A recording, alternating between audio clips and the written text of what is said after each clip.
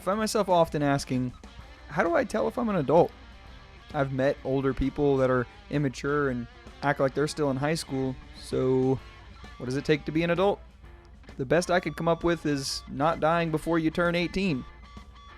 So I have a hard time identifying as an adult, especially since I still feel like a kid. That being said, I want to talk with other, quote, adults and learn from them. After all, the quickest and typically the most painless way to learn is through others. Somehow, we're adults.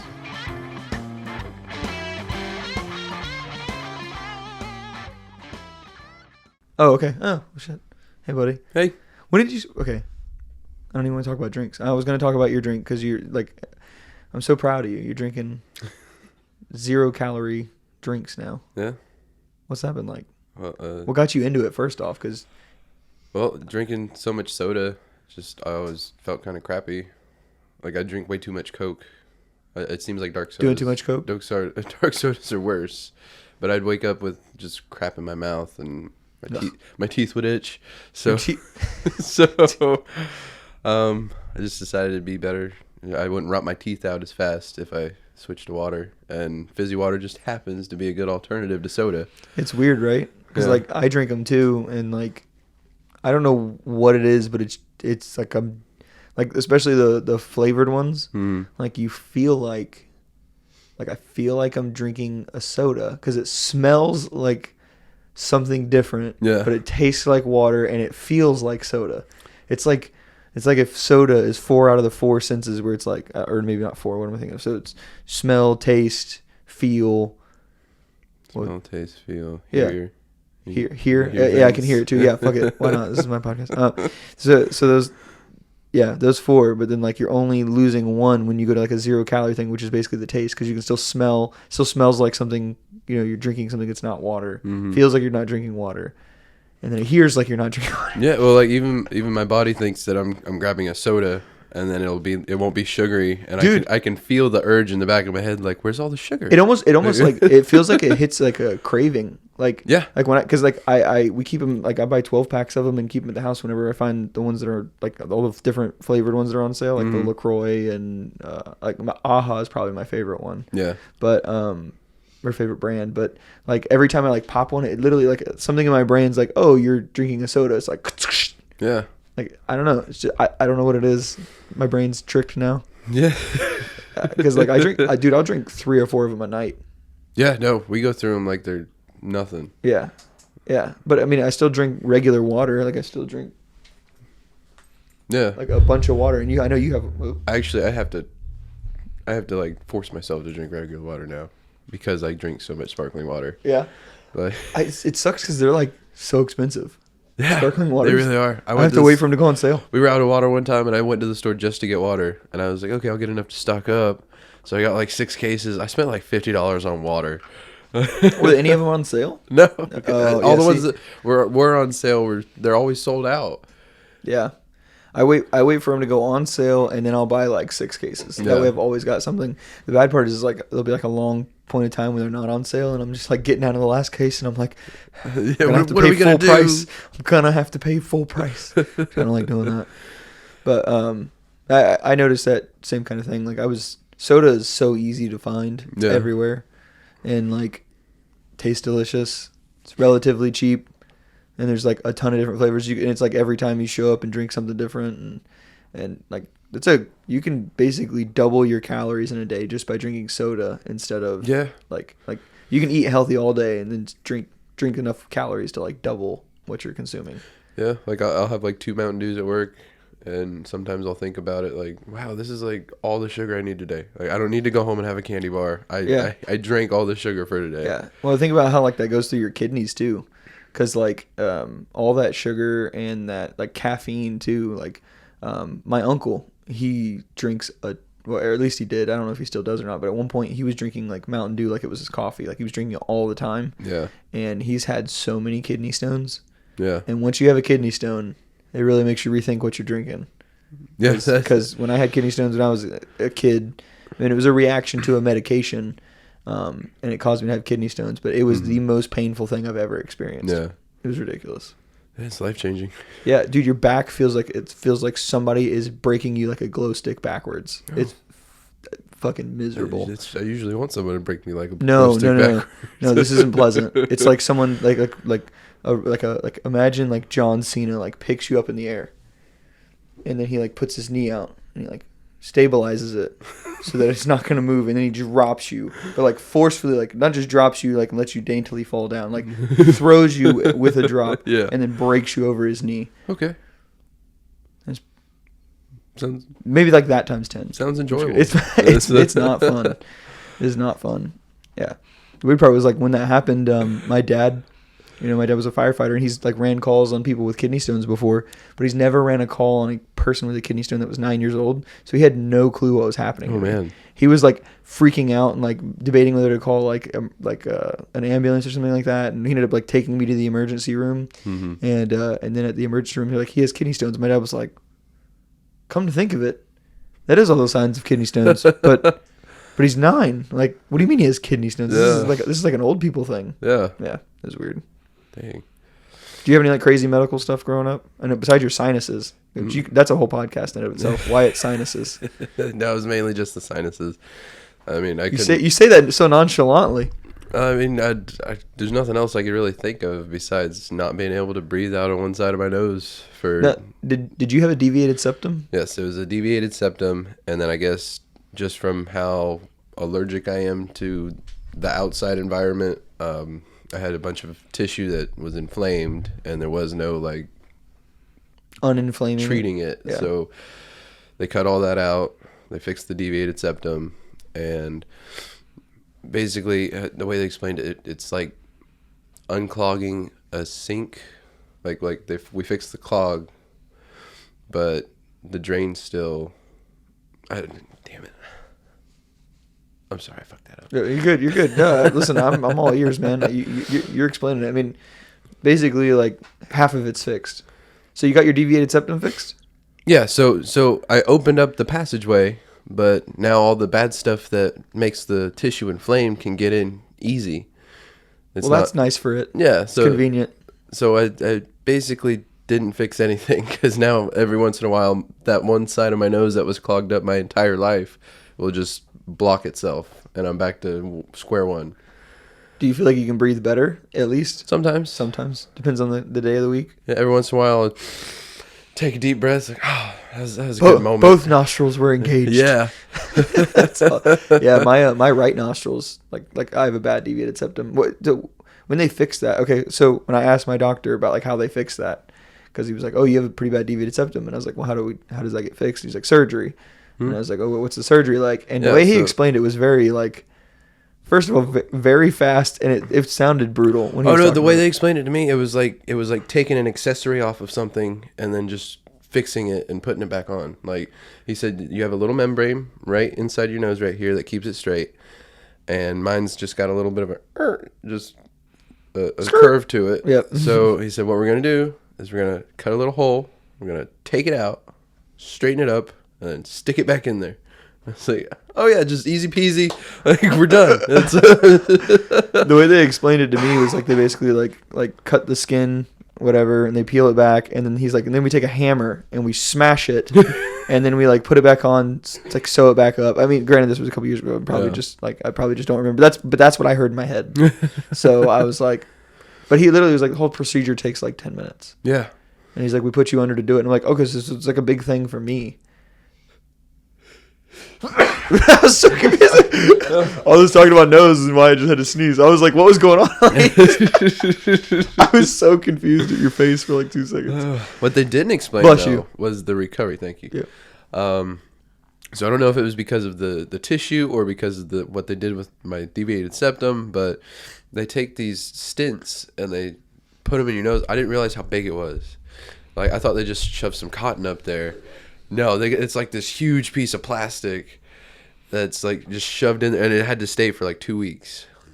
So I like this whole time I walk around, my face is so swollen and I'm just miserable, and I don't understand. Like, I keep thinking, oh, okay, the swelling's gonna go down. No, it's not, because there's stuff up in there. So I finally like go to the doctor for my first like check-in after the surgery, and he pulls one of them out. And That fucking hurt. no, it was the most relieving, like, holy crap. Like, it was orgasmic. Yeah. I had never felt so good in my life. It was like... I do not want this surgery. It's like, imagine having the worst headache ever for like 2 weeks. And then all of a sudden... Like a pressure headache. Somebody just presses your nose and it's gone. It's magical. Now, I've had a stint before. I wish you could sell that feeling in a bottle. My stint was from a kidney stone. This is okay. You ready for this? So, this is not rated PG-13. So when I was a kid, I was 9 though. What the fuck was that? When I had kidney stones, the way they get rid of the kidney stones is you go and I forget what the name of the machine was. They're basically like they go to this thing and they like basically use like ultrasonic waves to basically turn the rocks into like sand in your kidneys, and so like what is it? I don't know. Breaks them apart, and then they put a stent through your urethra up to your kidney. Or up to your bladder, maybe. I don't remember. I don't know the distance. All I know is I didn't know that was happening. Or they were like, yeah, we're going to put a stent in. And I was like, okay, whatever. Like, at that point, I was 9. What do you know about anything? Like, oh, stent, yeah, cool. I'm like, okay. Like, that point, like, Ratchet and Clank was a game. And I'm just thinking, like, okay, the new one came out. Like, I'm like halfway through. I can't wait to get out of the surgery so I can play more of it. And then I get out and they're like, okay, you're done, Ryan. And I'm like, why does my area hurt? And they're like, yeah, so they explained it to me like that the kidney stones, like the sand, it becomes like sand and it's going to be like hurt, painful or whatever. And it's to like help everything like flow out. And they give you medication that makes you pee more. So like I was peeing like every 15 minutes and it was bloody piss every 15 minutes. Ow. And I remember Ratchet and Clank, the game that I was playing on PS2 at the time, because I remember I'd be like super excited to play this game, and I was at home after the surgery, and I'm like, ooh, oh, I gotta piss, and I'd be like sitting there for like a minute, I'm like, please go away, please don't really have to piss, and then every single time I'd go pee, and it would just blood, blood. It was the weirdest thing as a 9-year-old to experience. Yeah, I'd imagine. Damn. I say that now because other kids like probably, didn't go through that. Maybe they did. I don't know. Yeah, I hope not. I didn't go through that. Well, I mean, there was a lot of kids in the hospital too, so that's like I always had that like perspective when I was in the hospital that like, I've got both hands, all my fingers, both feet, all my toes. Like there was kids in wheelchairs with like cancer, and there was kids who were in the hospital for a lot worse reasons than I was. So I always was like, yeah, you were fortunate to have them shove that up your pee hole that day. In comparison to some people at that time, that's what like I literally like. You can ask my parents. The only things I would complain about were like, it wouldn't even be complaints. Like when I was in the hospital a lot as a kid, it was mainly like I'd be sitting there and I'd be like watching TV. I mean, in the hospital, you're basically just sitting there staring at TV the entire day until they like, take you away to do something to you, or do whatever. And I remember like my mom would be like, "Hey, are you okay?" And I'd just be sitting there like, yeah, why? Like, what's going on? She's like, your face is like blood red. And I'm like, I feel fine. And they like went and talked to the doctors and like everything checked out. I was fine. And at a certain point, it was just because I'd been in the hospital for so many consecutive days, like 3 or 4 days. And from just not having gone outside, or like I would walk around a little bit, but it wouldn't be like far. It'd be like to the bathroom and back or like whatever. And so my face was like, this became like a regular thing, and they would unhook me from all like my IV machines and stuff, and then they would let me, I don't think let me, it was just kind of like look the other way. I would literally walk out of the hospital with an IV still in, and I would walk, there was like a little creek next to the hospital we were at. I mean, I say creek, it wasn't a real creek, it was like a runoff, like a canal kind of thing, like in a city kind of creek. But it had like a little like jogging path next to it. And I would go there and we'd walk for half an hour. And I'd just walk there, and then I'd go back, and I'd be fine. All the flushness in my face, or whatever you want to call it, all the redness in my face just would go away. Wow. Yep. Weird childhood. Yeah. Weird. But, it didn't know anything else. But, so how old were you when you got your deviated septum fixed? Oh, that wasn't that long ago. I think I was 22. Yeah. I was like, because I'm pretty sure I remember that. Because I remember getting out of it, and I'm like, when can I have a drink again? And they're like, you can't drink for like 2 or 3 weeks. And I was like, okay. So every time we go to the doctor, be like, can I drink now? No, not yet. When can I have a beer? Not yet. Like, oh, okay. I'm miserable, but fine. That's whatever. Miserable, yeah. Because I imagine But if you're just sitting there and endure. All the antibiotics I was on, I guess I would. I mean, I've always drank when I take antibiotics, and it's never really. I don't see you ask for permission. The doctors aren't going to give permission for anything. Doctors are always going to err on the side of caution. It's always worth a shot. Doctors always err on the side of caution.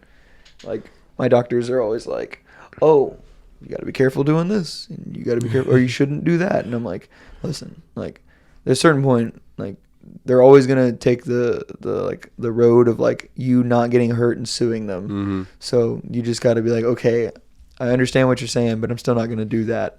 Yeah, and I mean the frustrating part wasn't so much all the stuff they didn't tell me about that I was gonna have to do after the surgery. It was the bills that would come in, like 3, 4, 5, 6 months later. Rather expensive. I'm thinking, okay, we paid the doctor bill when we got there. Insurance covered everything else. And then I'm getting a $500 bill for anesthesiologist. I'm like, well, what do you mean? Was that not wrapped into everything? This should be done with. Yeah. And now they're sending me to collections. I'm like, but that's not that. No, that's not on me. What are you talking about? And it was the whole time because the insurance didn't cover it. But nobody sent me a notice. Nobody told me anything. They just send me the you owe us money card. The you owe us money card. Yeah. And insurance is a weird thing, man. Like, I don't understand it. I don't think many people do. Well, it's the only thing you have to have that, like, you pay to use, but you have to pay more when you use it. Like, it doesn't make any sense. I mean, it's a scam. Well, it's like the whole way the medical stuff is set up in the United States. It's like all of our like medical procedures and stuff like that are basically I would say everything's privatized. None of it's like government ran I know of. And that, and you have to have insurance, which is also privatized. And so like, basically, and now everyone has to have health insurance. I guess you can get government health insurance, which I don't know how that works or. Yeah. Well, like they also do this like discount program if you don't have health insurance. It's actually sometimes cheaper to not have insurance for something than it is to actually have insurance. Like Tori's girlfriend, Tori's glasses. She went to Eyeglass World and they said it's going to be like, I don't know, $350 for 2 pairs of glasses with her insurance, but without her insurance through their discount program it's like $150 for 2 pairs of glasses. Like, what's the point? Like, what do we pay for no, I don't have. insurance? It's like you like have your insurance card. Like, well, no, I don't have my insurance card. Yeah. Actually, I don't have insurance. Actually, I don't have insurance at all. What are you talking about? Vision insurance. I didn't know you could get that. Yeah. I thought you said fission insurance. No, I don't really understand it. Like, it's crazy because it costs so much too. Like, what do people pay a month for health insurance through their employer or wherever they get it from? It's probably a couple $100 a month. Yeah. Like almost $200 a month I would say for normal people. Mm-hmm. And then $200 a month for ever, basically. And then once you retire, until you can get government, like is it Medicare or Medicaid, whatever it is, like then you have to, between when you leave your employer, if you retire, and from when you're eligible to get Medicare or Medicaid, you have to then pay out insurance, private or like COBRA insurance, which I don't even understand. Why is there only COBRA for retired people? I got sent a COBRA before. Because you have to meet the requirements at work to have the work insurance, and if you don't, you can still keep the same coverage, but they're going to charge you full price. Yeah. So my insurance went from like $25 a week out of my paycheck pre-tax to $750 a month. What? Yeah, and I was like, that's like almost how much I make in a month. Like, that's a substantial amount of money. I was like 19, 20 at the time, so I'm like, what? That's like. And you want me to pay to live somewhere and to pay for a car and car insurance and gas and feed myself? Like, okay. Don't you have no fun between? No. I just need to keep my nose to the grindstone and work harder. It's I don't know, man. I don't get it. Well, because like the medication that I'm on is really expensive. Like, how would I pay for that? Like, I see the benefits of having like privatized like a medical system and stuff like that, like and allowing these companies to basically use pharmaceuticals as like products, because that creates competition, and competition like the cream rises to the top kind of thing. And Yeah. you're more apt to, if a business can make money off of it, they're going to spend more money on R&D. They're going to push the envelope more and try and make products faster. But so that's why we come out with some of the best medication in the world, because no one else is really competing the way we are to make better medications, because they don't have incentives. Yeah, other countries don't advertise their medication like we do. New Zealand does. How dare you? How dare you? I'm sorry, the one other country that advertises. There's only one other country that advertises it. Yeah, but dude, it's so expensive. And I would love, you ever watch the TV show on Netflix called Dirty Money? I've seen a couple episodes of it. So good. I love it. Yeah. Yeah. I that's like my stuff. I haven't watched it in forever because, the lack of internet. But you guys don't have internet? I thought we did. I'm just kidding. No internet. So in that TV show, there's one about the pharmaceutical company that would basically, it was a big pharmacy company, and it was ran by like a really young guy. He was like super duper young, like less than 30. He was like in his 20s, I believe. Wow, he was really? the CEO of it, something like that. And I haven't watched it in like 2 years, so bear with me. But basically, what they would do is they were like big for like a couple of different medications, and then basically their business model was they would like find smaller pharmaceutical companies that would make a new drug and patent it, and then they would just buy that company. Yeah. And so they became like they were company X, and then company A made whatever drug, and then company X would buy that. Now that's company X too, so they have rights to that drug, and then they would take that company that was selling that drug for a reasonable price, and then they would jack it up for whatever, because it's their patent and no one else can make that medication. Yeah. And because no one else can make that medication but them, they can charge whatever they want for it. Mm-hmm. And it was like, I mean, their profit margins were it was ridiculous. I don't remember what it was, but I just remember it was like you would take a medication that would be $1,200 to produce, and then it would sell it for like $120,000. Yeah, that's like the upcharge they put on insulin. It's like $2 make insulin. Yeah, and they sell it for $500 a shot. Like, yeah, how is that right? How dare you want to live? Yeah, I don't know. I don't. But see, I don't know the solution to that. I don't get it. I mean, it's just business. So, it doesn't matter at the end of the day, as long as they're getting their cash. They don't care about you. You're a number. Yeah, we're all numbers. Yeah, gotta make money. And I mean, I get the whole. I mean, that's a good thing. Competition is a good thing in business, but I feel like there should be limits. Like, to me, the whole responsibility of the federal government should be to operate the military for the country, mm-hmm. and to make sure that businesses can compete fairly. And to me, when companies become so big that, I mean, in reality, the big companies in the United States are the ones that run the country, because they are the ones do whatever they want. They have so much money, and they can pay. They can use their lobbyists and lobby to Congress and be like, "Hey, here we're going to give your campaign, $80 million, but only if you vote XYZ way on this bill," or something like that, because that would be bad for my company. Yeah. Whether it's good for the country or not, that would be bad for our profit margins. Yeah. And and they don't care how it affects us. Exactly. And those, because there's allowed to be lobbyists, and basically because of that, I would say that most of the corporations in the United States basically run the country. Yeah. More so than the government does, because they control the government through financial. I mean, the fact that a president in the year 2000 was making $400,000 a year, and the president in 2021, when inflation has gone up substantially since then, is still making that same number. Yeah. That's stupid to me. Well, they should make more money. I feel like government officials, the way that they make money, and I don't know how you would do this, should be based upon how well the economy is doing. Mm-hmm. And I feel like, I mean, if small business is half of the economy, then I don't understand why you would have to make small businesses better and take out keep Amazon from getting as big as it gets, or make it to where it there's a documentary I watched on Netflix. Sorry, keep going back to Netflix. Documentaries I watched, but there was one. It was forget the name of it, but the guy who was basically the whole. It's like a storyline of this guy, and the guy was the Secretary of the Treasury for the United States. Mm-hmm. And basically, he was the one who was the Secretary of the Treasury during 2000. in like basically 2000 was it 2007 to 2009 when the whole collapse happened. Yeah. When the whole like banking industry was falling apart. Yeah, I saw. Is that the documentary about that whole collapse? Yeah, I saw that one. Yeah, and that guy's like talking through it. His name's Hank, I believe it was Hank, but super incredibly smart. Yeah, I remember he gets to one point. It's like they knew what they were doing.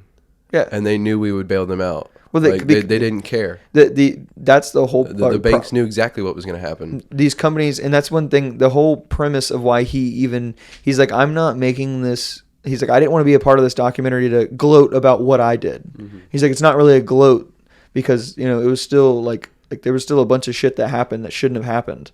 Like he said that the reason he made that documentary was because it was destined to happen again. Mm-hmm. Because in America, the biggest problem that he noticed that provided that collapse like that is there are these businesses that are too big to fail. Because if that business fails, if Amazon fails, if Amazon takes a risk that makes them lose a bunch of money and have to basically close down, which is possible, it's basically what the banking industry did. They took a massive risk, which was stupid thinking back on knowing what it is now. Yeah, you could just walk into any bank and get a loan. No credit check. Here's your paper. Sign it. Well, let's check your credit. Give us money. Yeah. Debt is given out like crazy these days, but basically he was saying that these businesses are so big that like if Amazon was to fail, like there's not shit the government can do about it, but we have to bail them out because there's so many people employed by Amazon, and Amazon creates so much money in the economy that like Amazon can basically do what they want. Yeah. And with no repercussions. If they make a huge mistake, like take a huge risk, the government's going to be there to like pick them up. It's like if the government was like the parent and then all the kids did drugs. Yeah. You know what I mean?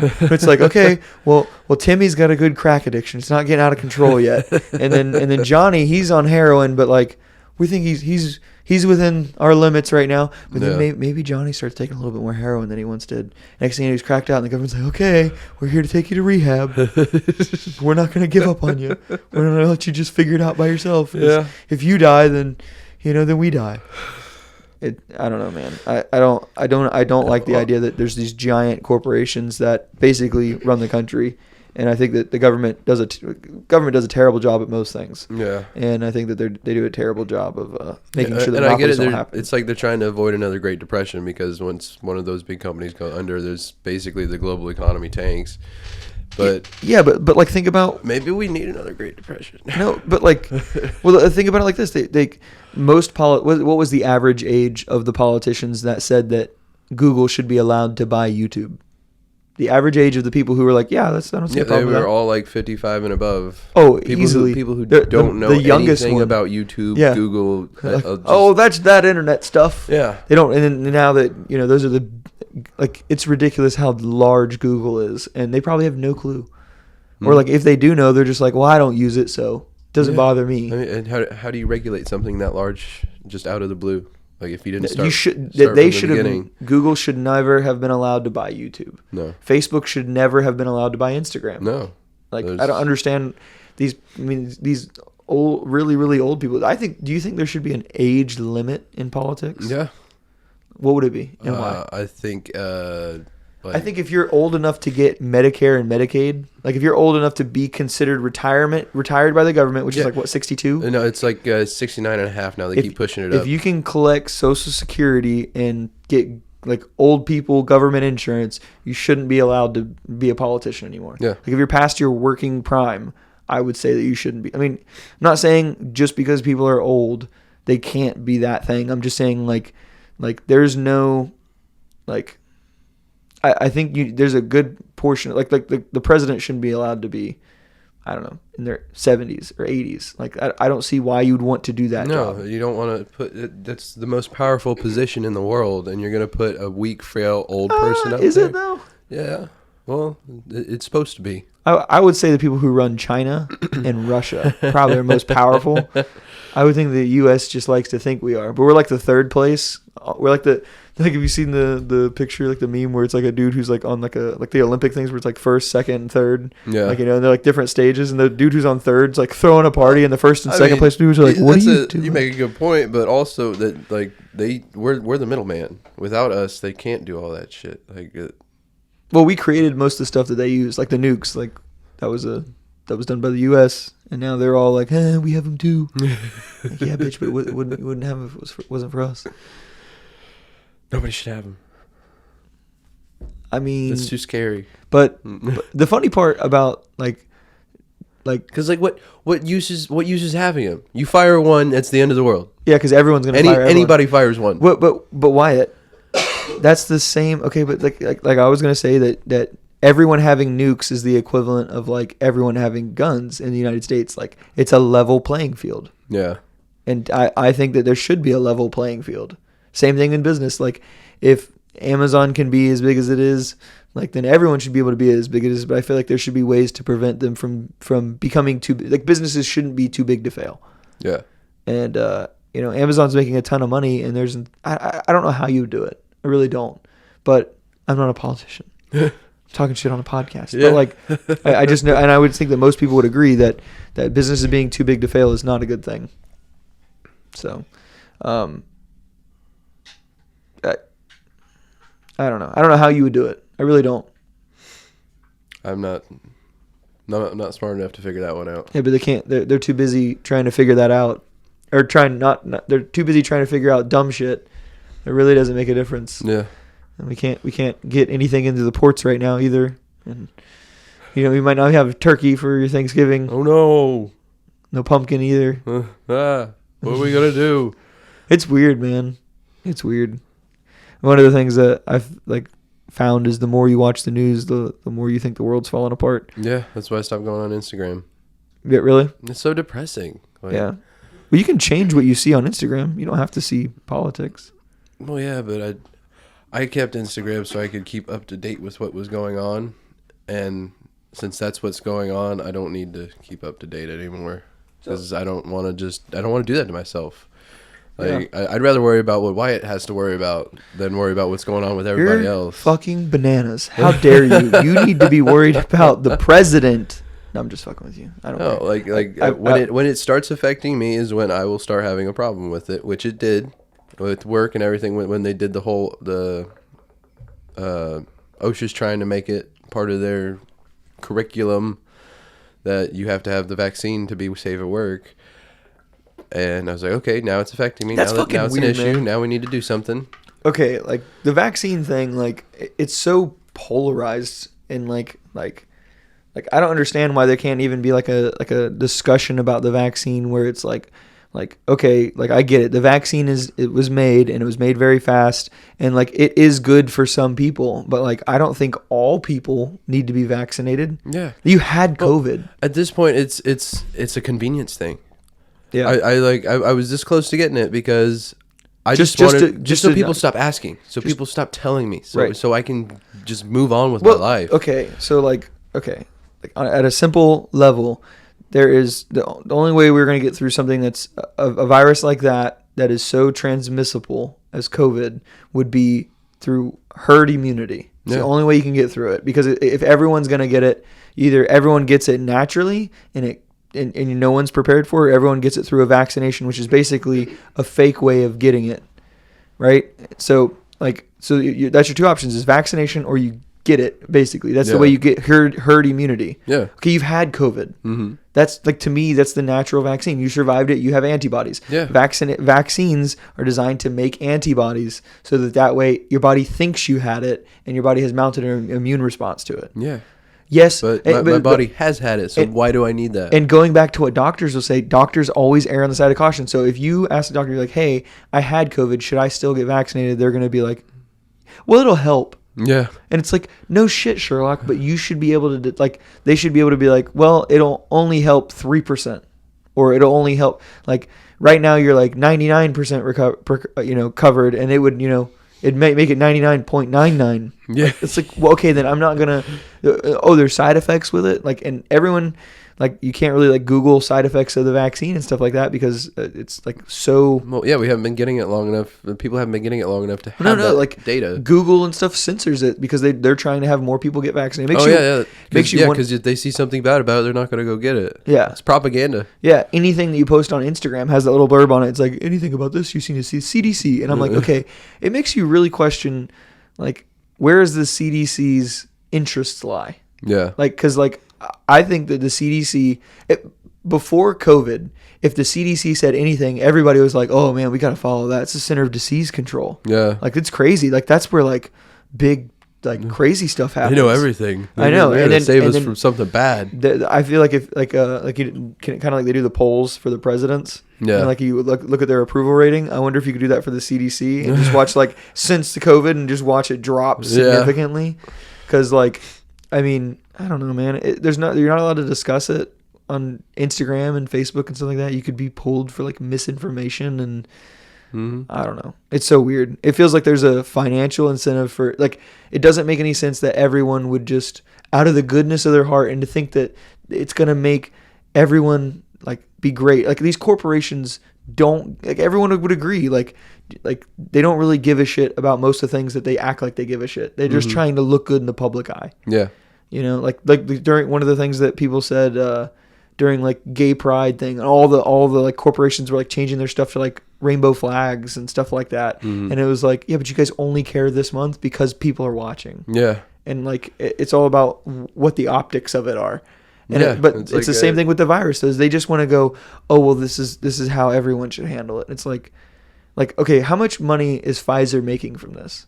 How much money is Moderna going to be making from this? And then like, with no repercussions. It's got to be. I know exactly. The government has set them up. They're too big to fail. The government basically propped them up on that for good reason. I mean, we didn't know what COVID was at the beginning, but like the thing I keep arguing is I think that we need a better vaccine, a vaccine that works. Like everyone like that's on the like everyone should be vaccinated side says like, oh well, look all the for instances they give are vaccines where like, oh, you know how polio isn't a thing anymore because we have a polio vaccine. I'm like, yeah, but the polio vaccine works much better than the COVID vaccine. Yes. Yeah, I actually I went yesterday and got a whooping cough vaccine. Whooping cough vaccine? Yeah, man. Yeah. What is that? Like, where do you even get that at? Got it at Publix. Oh. They have like all the vaccines there. You just say I literally didn't know a whooping cough was like a thing like you get vaccinated for. Is it like a once a year thing? It's like well usually like they mix it in with like when you get a tetanus shot or something, like they can do that. Like you can get 3 shots in one. It probably depends on what the kind of shots are and individually based. Yeah, but we just went to just do it to be safe, and because I guess. Is it like one of those shots you get as a kid and you never need it again? Because no, it's like the tetanus shot. It's like you have to get it every once in a while. 10 years or whatever. Yeah. Well, but see, like that's fine. Like, but when the vaccine like came out, it was with the idea that like you get vaccinated and you're done. Like that's it. Mm-hmm. But then it's turning into more like the flu shot. Like how many people don't get the flu shot? Like a lot of people don't. Yeah. And like that's fine too. Like I don't get it. I just don't. It's all weird. Yeah. It's the weirdest part is that like it feels like you can't talk about it. Yeah. Like the weird thing. So I got vaccinated because I'm immunocompromised, and it's a good idea for me to get vaccinated. Yeah. But like I don't think you need to get vaccinated unless you decide you want to. Like if it adds extra protection, I don't want you to get COVID and die from it. But you got COVID and had the sniffles. Yeah. Well, if the vaccine's supposed to be so great, with like my argument with my parents, they're like, well, we both got it. I'm like, okay, good. So why do I need to get it? You're both vaccinated. Yeah. That's the whole point of you getting vaccinated. Well, it's like I take my allergy medication so that your allergies are okay. Yeah. Because your allergy medication doesn't work unless I take my allergy medication too. Yeah. You know what I mean, it's weird. If I got vaccinated and I'm like, okay, I've done the most I can do. And then but I didn't know there's going to be like boosters and stuff and I'm going to have to do it again. The weirdest thing for me is I never had any issues with my heart growing up. Mm-hmm. And my doctor said he doesn't believe it's related to the vaccine, and that is fine. What he said is I get it. He said if you don't have any side effects within 2 weeks after getting the dose, then it's not likely that it's from the vaccine. It's really funny how you didn't have any heart problems until right after you got the vaccine. I'd never Funny had, how that happens. I never had consistent heart palpitations. Yeah. And then I literally was like Googling it and I was freaking out. I had no idea what was going on. Like all of a sudden I can feel my heartbeat more so than ever. Yeah. And it was, and people keep saying, "Oh yeah, we got it, we're fine," but what's going on inside your body that you can't see? well, the vaccine is like great for the older people, the people who are like have the highest percentage of like dying Yeah. from COVID and like and the immunocompromised. So for me, the vaccine was like okay, the heart palpitations are gone now, so Yeah. that's fine. Like that is what it is. I'm glad I got it to a certain extent because it made me feel like I was safer. Yeah. You know, I didn't want to take the roll of the dice being immunocompromised of getting COVID and seeing, you know, well, I hope I make it through. Yeah. Hope I get to come off this ventilator. If I, you know, Yeah. I didn't want to play the role of the dice, and like it makes much more sense for you. I mean, you're relatively healthy besides your left nostril. I don't know what's today. Yeah, I just don't. I don't know. And that's the thing is like I think that most people don't have their heels dug in the sand about it. Like, who was I talking to the other day? Oh, it was my dad. And I was saying, you know how like everything in the news is like the far left and the far right and the right and the left and this and the other. I was like, Dad, I think I found which political party I am. And he's like, well, what's that? And I was like, I think I'm far center. Yeah. I'm far center because I think just being center is being far center. Yeah. Because like legalize all drugs. I don't give a shit. Yeah. I'm not going to do drugs because they're all legal. Yeah. And I think it would make it better for the people who are doing drugs. You know what I mean? Yeah, if they don't have fentanyl laced things, that'd be great. Yeah, if they can go down to the store and get pure crack or they're not gonna Or get it dosed. They get like actual doses of it instead of that way. They're not just like, I'm just gonna fill this syringe up. Oh, that looks about right. Let me just do it a teensy bit more, like a tad bit more. Oh, this podcast is gonna get flagged for you even fucking up. I know. Welcome to YouTube. Welcome to YouTube. Yep. So I got a yo-yo yesterday. Okay. All right. Yes. Yeah. You started. Just so everyone listening knows, Wyatt like sat down and he's like, "I won a free yo-yo yesterday," and he was about to tell me the story. And I said, "Save it for the podcast." Well, go. Okay. So technically, I guess you could say it was a $10 yo-yo because 10. They have yo-yos that are $10. we went to the mall. It's like a professional yo-yo. No, like, it's not. With it's everything, like with how everything is so cheap on Amazon, I would imagine like a $10 yo-yo gets you like a pack of 15 yo-yos. I broke it just taking it out of the package. Like yo-yo got, game has gone down significantly. I thought I was getting the better one because it's the light up one and it's cool. It lights up? Yeah, it lights up.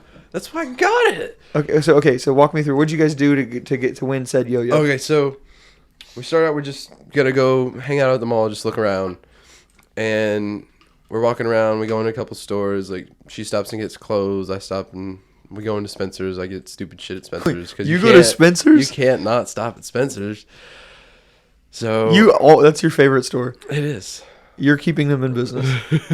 Like I don't know how many people that go to Spencer's, let alone the mall. They need to work on their T-shirt selection. I will say that. Well, they're catering to. You realize like the malls cater to like high school level kids. Yeah, that's stupid. I mean, I get they're the ones spending money, but it's stupid. But anyway, so we get done with that, and we had just had like a little argument because they had one of those virtual reality like I don't know store center whatever you want what have you.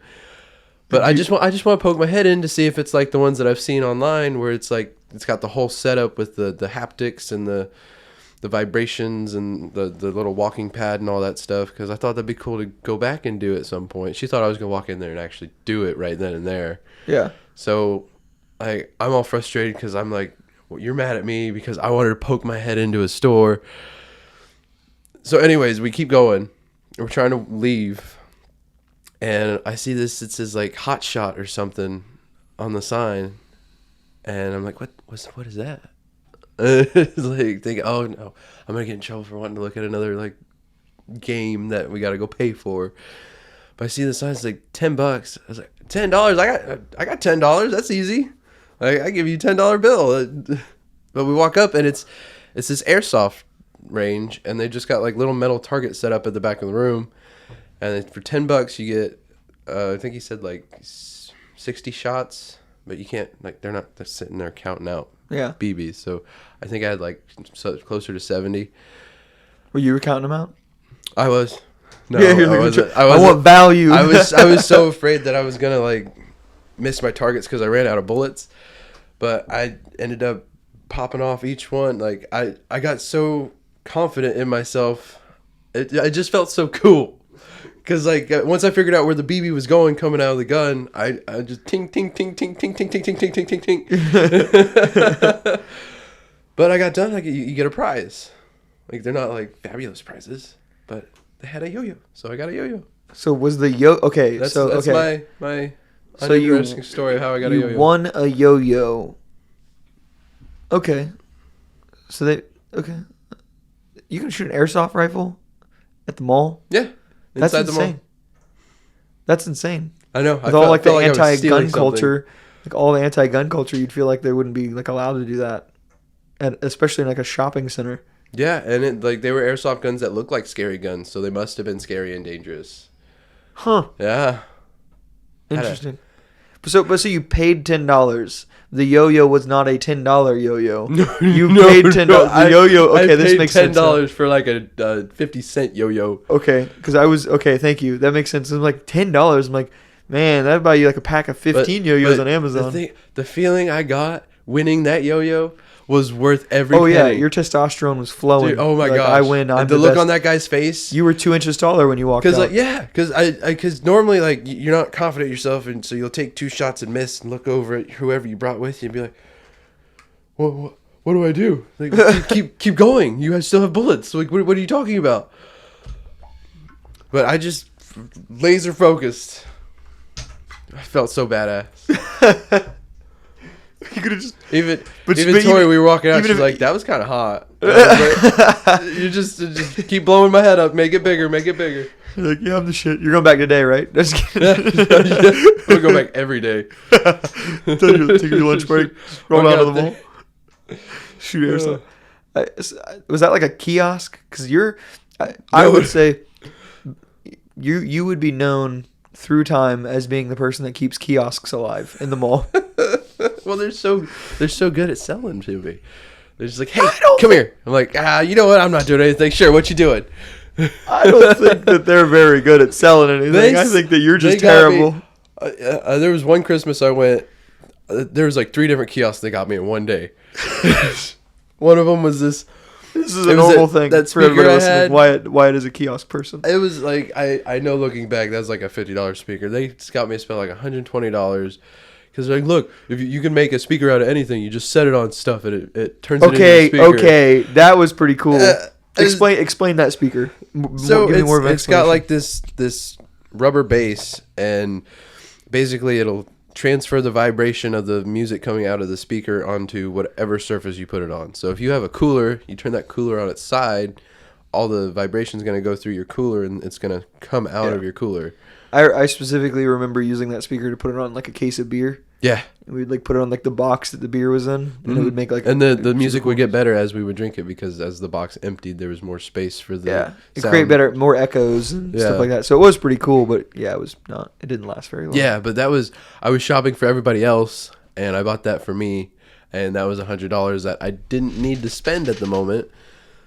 Yeah. So but there was that, and then those stupid balance bands, man.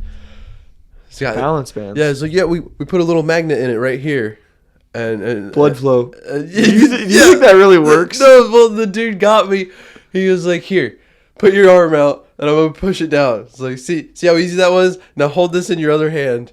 It's like now I'm gonna push it down, and I won't be able to watch. And he couldn't do it. I was like, "What?"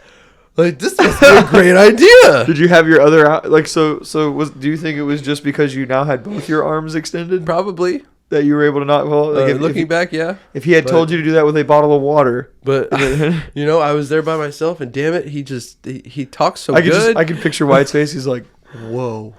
Yeah. I didn't fall over. That is exactly the face I made. That's how I felt. Give me... I was like, of course I was like, give yes, me take my money. Yeah, here's my money. Shut up and take my money. Yeah.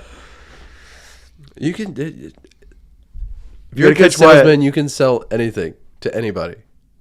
Like it's like I wouldn't say to anybody, Wyatt. No, Well, to me. You can be a mediocre salesman if you can at a kiosk me, at the mall, if you and can you can convince sell me to a pile of Wyatt. shit will better my life in some way, I will buy that pile of shit from you.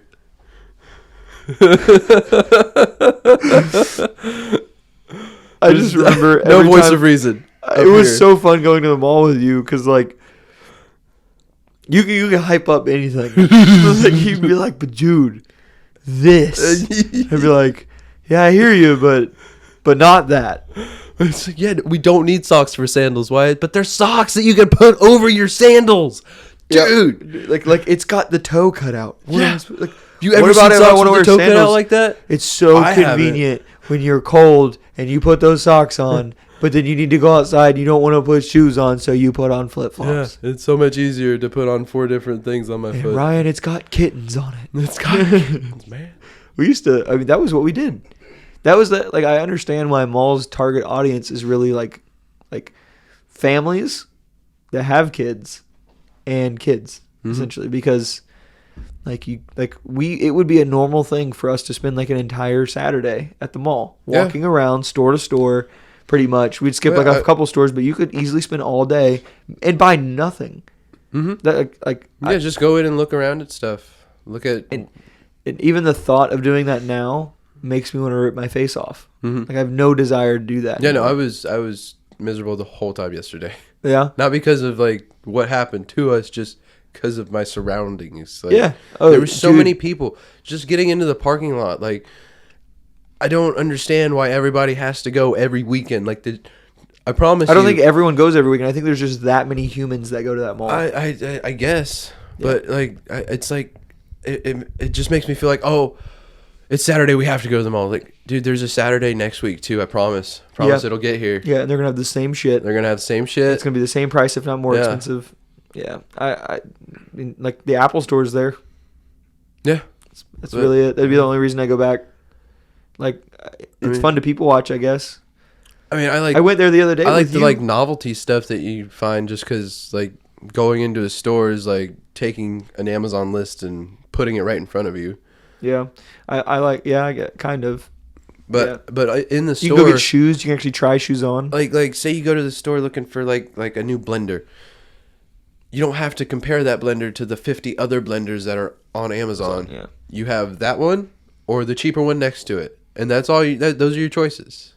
And you can go to 50 other stores looking for a blender, but this one's right here, right now. Yeah. And these are your options. Yeah, there's so many stores around the mall too that it's like if you go like if you go to Bed Bath & Beyond or Target or something like that, like they're not on the mall, but you're right across from it. Yeah. You know. At least to the mall that we go to, and sorry, I need to blow my nose. You're good. It's just weird that like the whole like target audience is like kids, and you know like people our age who are like in our mid-20s, like to get me to go to the mall, there has to be a really good reason. Yeah, like an airsoft range. You know, like, that's a good reason. I'm gonna go one more time and do all my Christmas shopping in one day. You're going to the mall? Why? You have internet. Just go on Amazon. You don't even have to leave. It's not the same. It's easier to find little things that people won't expect at all at the mall because there's so many little nooks and crannies where shit's just been stuffed and nobody. You just walk straight down the kiosks. Well, because I'm good at. What are you selling? I'm good at finding the stuff that people don't look at because it's on the bottom shelf or it's around this corner. Or the greatest at this kiosk, where you can drop it from how far? But what you're saying with the targeting, I saw that while we were there because we walked past this one kiosk. It was just balloons, and they were crappy balloons, but they lit up, and they had Disney characters on them. And I was just thinking in my head, like, man, if I was like this tall right now, I would probably die to get one of those balloons. But walking past it, I was like, that's a fucking waste of money. Yeah. I wouldn't get my own kid one of those. Yeah. Well, think about like just high schoolers, who is Hollister selling clothes to? Is it adults? No. Exactly. I've never seen a grown man wearing I'm sorry, take that back. All the grown men I've seen wearing Hollister are children. Yeah, they're just in adult bodies. Yeah. Yeah. Yeah. Like Aeropostale, like Abercrombie and Fitch and all those things. Yeah. Like their target audience is like 12 years old to like Yeah, I mean the only 19, clothing store I 20. would go to in the mall is American Eagle, and that was just for pants. I don't need. I'm not wearing their stupid T-shirt that has their logo on it. I Yeah. want a plain colored T-shirt. Yeah, they're selling a name brand. Yeah, That's all they are. yeah, They're just and a it's clothing stupid that with a they name jack brand their on it. prices up like that when you're literally paying to advertise for them for free. Well, yeah, and not only advertising for them for free and carrying on that message, but like you have to pay for their cologne. Yeah, You know what I mean? Like you walk yeah. in there and you choke on it. yeah. At least in Hollister, it was that way. It's not hard for them to make money because the cool kid from school is going to start wearing that stuff, and everybody wants to be like the cool kid. So guess who has to go buy all that stuff now? Dude, I would not be surprised in like 10, 15 years if they're like in a massive lawsuit like today in the news. Hollister, turns out they were using like I don't know, like fetus juice in their perfume, and then it's killing people. Like the Nike sweatshops, like Yeah. that was a big deal when it came out, and there's still Nike sweatshops, and nobody cares. And everyone's buying Nike. Nike's almost Everyone knows that people that make iPhones are literally They have put nets around the building where they make iPhones in China, so that way when the people try to commit suicide, they don't die. Yeah, they just bounce back up and go, oh no, I just needed to go out for a minute. I just needed to feel so alive. Whatever, every American. I mean, how much would an iPhone cost if it was completely American made? Which even then, they would get the components to make it from other countries. I don't know. It could cost You have to make payments exponentially more, or it could cost exponentially less. It just depends on the resources, I guess. I mean, think about it. Imagine if buying an iPhone was like buying a car. You had to like make payments on it, $500 a month for 5 years. I wouldn't get a phone. $30,000 phone. I imagine I would go back to a flip phone. I would just need people less. Exactly. Yeah. Well, what if that flip phone was, still $3-4 grand? Then I don't need a phone. Or my workplace needs to like start compensating me to keep up with the cost of living, because that means that's the cost of living. Dude, the cost of living thing is no joke, man. Are you worried about this $15 an hour minimum wage? And how that's going to affect the economy? Kind of. It worries me. I mean, your seltzer water is about to get a lot more expensive. If somebody can come in, it took me 8 years to make what I make now. You're telling me someone can come in off the street and make $2 less than that? Starting. Just here you go, bud. Yep. Yeah, I'm gonna be a little pissed if but, you're not. But you're not gonna get a pay raise because of it. But you're not gonna. I'm not gonna be compensated for that. That's my problem now.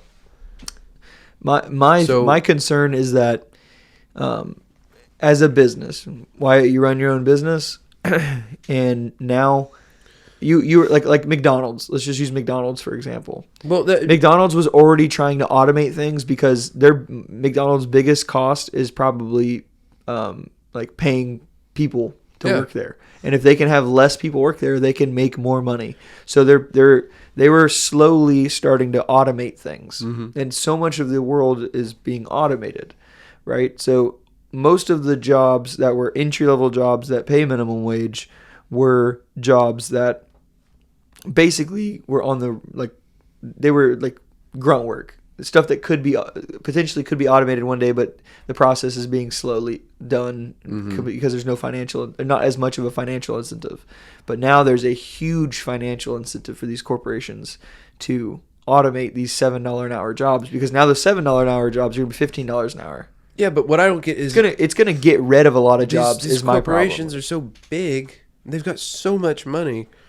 What is really the cost of that? Like, I those are numbers that I can't wrap my head around. Like, I can't have an intelligent conversation about what a company should do with their cash. You've seen it happening locally, and it's going to continue to grow. Self-checkout is going to change drastically. Everywhere is going to have self-checkout, and you're going to have one person operating 4 lines, or like 10 lines of self-checkout instead of one person for each line. Yeah, because now those people that were doing that job, they're not going to get paid at all because the job's no longer going to exist. And so to me, the $15 minimum wage is only going to hurt people more and cause like more unemployment in my mind. Yeah. I'm curious to see how it actually plays out. And the inflation rate's going to change like drastically. Like you and I cannot buy, like the income ratio compared to like how much houses cost has changed drastically because our income has not gone up at the same rate that the cost of housing has gone up. Yeah. Like I cannot afford, like I was talking to my dad the other day and he was like, "Oh, we paid, was it $90,000 in total for the land and to build a brand new house. Build it."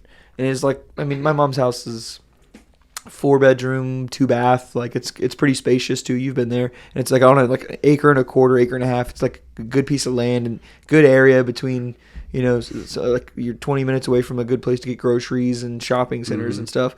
But if I was to try and do the same thing now in the same area, a house like that would be like $450,000. And the crazy part was like my dad bought a $90,000 house, but he was making like $100,000 a year when he did it because he had his own business and he was also a firefighter at the time. So he was like had two incomes. But like even if he was just a firefighter, that income to the cost of housing ratio was a lot closer.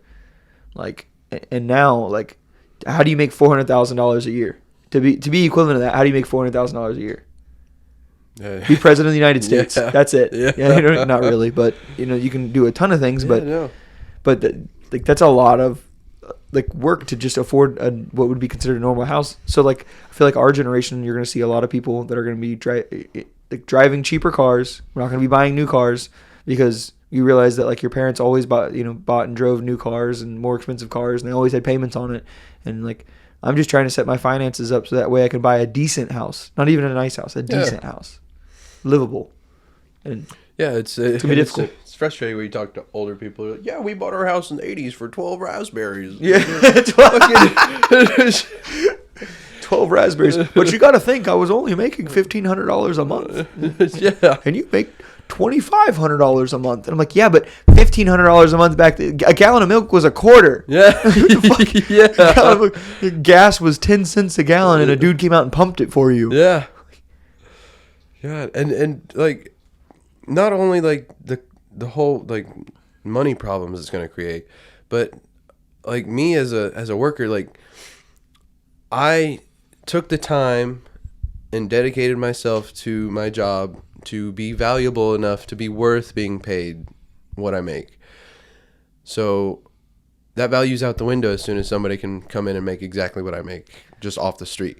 Yeah. That's saying to me, that guy's just as good as you are. Yeah. Even though he's never done this job a day in his life. Yeah. Well, like I said, I think you're not going to see as much of that. I think you're going to see a huge loss of jobs because they're going to be automated and they're going to be like, where did all the jobs go? And it's going to be like the machines took them over. Like, do you know who Andrew Yang is? He ran for presidency in 2020, I believe. I don't. Name sounds familiar. I will send you a podcast of him. Fantastic. But he basically talks. He's incredibly intelligent. He's an entrepreneur and like business guy and made a bunch of money. But now he writes books and he's incredibly smart. And he was talking about automation. And like one of his biggest concerns is the automation of the trucking industry. And they're like, oh, like the way he talks about it's insane because he's like talking about like, oh, you think that like truckers' jobs can be automated and truckers get so pissed off about it. It's like, listen, Tesla is making like trucks that are automatic driving. Like we're like 10 years away from that. And we need to start like responding to it now. And he starts talking about like how many truck drivers there are. And if typically he uses a ton of statistics and he talks about like how typically truck drivers are people that might have a high school education and they became truck drivers because you can make a good amount of money being a truck driver. And that is the only skilled labor they have. And the average age of a trucker is like in their like late 40s, early 50s. Yeah. And they were like, so if you all of a sudden, they're not ready for retirement. No. And if you take them, like, if you take those jobs away from those people, all of a sudden, and you say take them away, like it's cheaper to if you had a truck that automatically drove for them. Yeah. And he was talking about how they're doing like almost like a call center, but like a drone center where they would basically like drive the trucks from like a remote location, but it would only be whenever the truck encounters something that it doesn't know how to respond to. And then someone would just instantly link to it. And the next thing you know, they're driving the semi and they can respond to it however it needs to be responded to.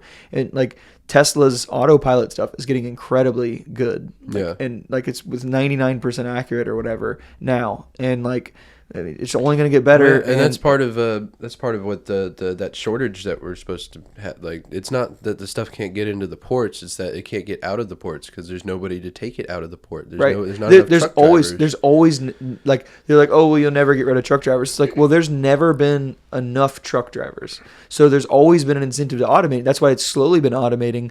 But like now that like if you get rid of a large part of the truckers, all those people who are making like $75,000 to like $100,000 a year that have no other ability besides driving trucks or like no other skills that they could do. Yeah, that's all they're trained to do. Yeah, and it's an incredible conversation. It really like was like kind of eye opening when you hear that kind of stuff and you're like, shit, it is coming. Hopefully somebody does something about it. That seems like one of the biggest threats of the United States is that we're going to be experiencing a large part of, and he like talks about like the depression and stuff that goes along with it. It's a fantastic podcast. I highly recommend it. I'll send it to you to watch. It's really, really good because he just talks about like the future, and he wrote a book recently too, and I thought about getting it, but he's a Chinese guy, or no, Chinese. His parents were immigrants, and he was so he's like a Chinese guy, but he's super, super incredibly smart, and he loves the country. He talks about like, do you know in Alaska that they get, I think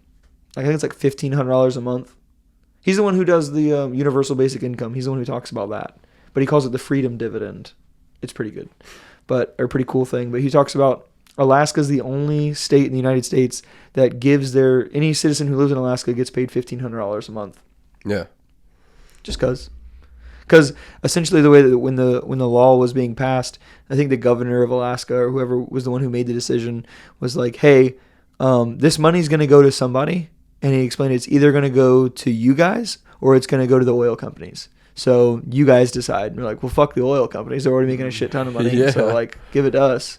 And he talks about how, you know, like people they should do something like that for everybody in the United States, and talks about like how it's not really going to put the United States into more debt because it gives enough money to people not to survive off of, but to take the edge off of life. And then you're going to have more people that are going to do jobs they actually like because they know that they can at least pay for their food if they keep their bills low. You know, they can work another job that they might not necessarily like, but they can make that plus that and that. You know, I don't know how that would affect inflation either, but I don't know.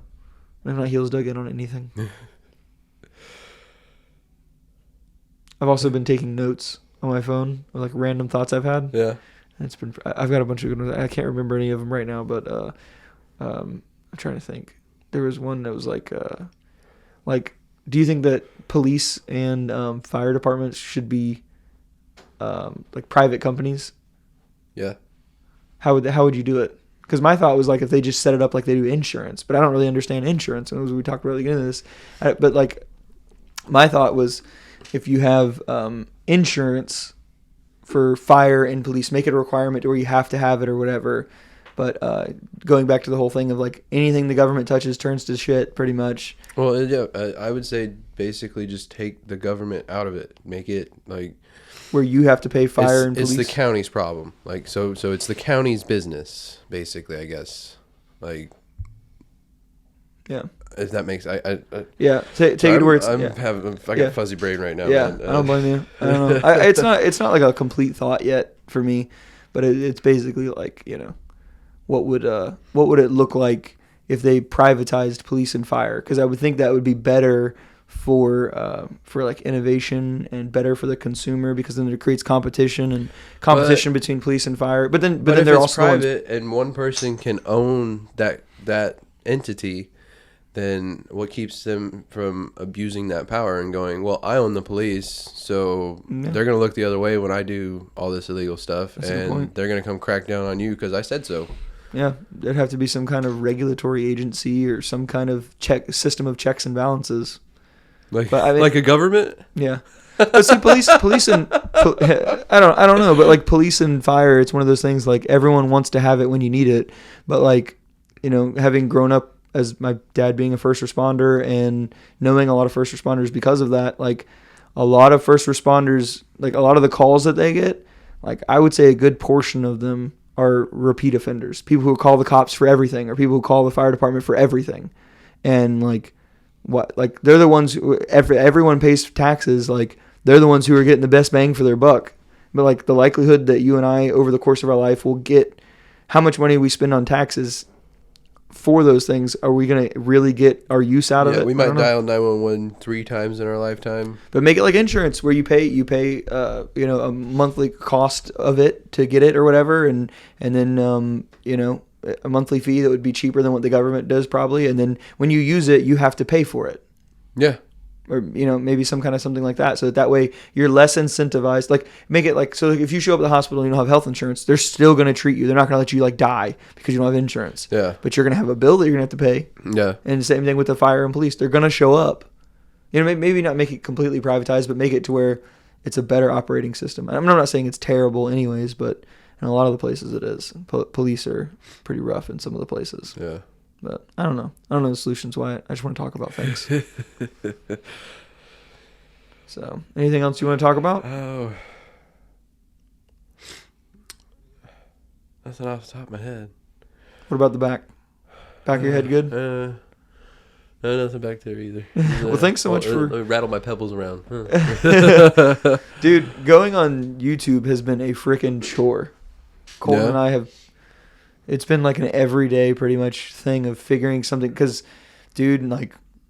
Putting the podcast on YouTube has been a chore. It has been trying to figure out, just when you think it's going to be easy, you learn that like, taking the audio from the microphones and syncing it up with the video isn't as easy because, we've even paid for software. Like good software. Yeah. And it's still like, with the way you're recording the video doesn't pair well with the software because the video is some kind of high-tech shit. It's not meant to be used through that. And dude, I've Googled so much shit. I've learned so much in the past like 2 weeks trying to get stuff on video. And it sucks because we did 2 podcasts last weekend and we still haven't we got one of them posted, but we haven't posted the other one yet as of today. And dude, it's because it's been a freaking... Me and Colton have been Googling some shit and trying to learn and watching YouTube videos it's been way harder than I thought it would be. But it'll be easy. Just like... It was difficult to figure out the microphone setup, and I'm just happy that we're going in that direction of making the podcast better and adding more facets. Yeah. Eventually, I'm hoping to have better lighting in here and a better camera and a background and making it look more official. But I'm happy we're on YouTube now, so yeah, you get to see making moves, man. You get to see the quarter zip. Yeah. I get to see. I wasn't going to shake your hand. I was more. Okay. Thank you, Wyatt. Are you vaccinated? What the fuck? That's okay. I'm vaccinated. I was going to say your beautiful quarter zip. Now everyone can see it. But Wyatt wanted to hold my hand and kiss it, so now it's not awkward. Can we tell everybody now? All right, buddy. I love you. Thank you so much for doing this, and I'm sure you'll be on again, and we'll talk some more shit. Happy to be here, man. Think more about it. Think more about the things we talk about, and then we'll talk more about it next time. Hopefully my brain will be firing on all cylinders next time. Bro, I don't think my brain's ever firing on all cylinders. I just try. We'll have to do it on not a Sunday morning. Or include alcohol and just let it go. Yeah. Just let it keep rolling. rolling. Hair of the dog would have helped. Hair of the dog. It wouldn't make it worse. Social lubricant. Yes, social lubricant. All right. Well, thanks, Wyatt. I appreciate it. Bye, everyone. Bye.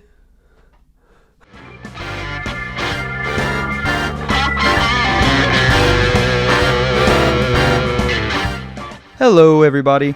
This episode is over, but if you would like to support the podcast, you can head on over to the Instagram account to Somehow We're Adults and use the link in the bio to donate to the PayPal account there. All of the money that is donated will be used to make the podcast better. But either way, I'll keep it going. Make sure to follow the podcast where you listen to it for future episodes of Somehow We're Adults. Thanks, guys. I appreciate you all for listening, and I'll see you next time.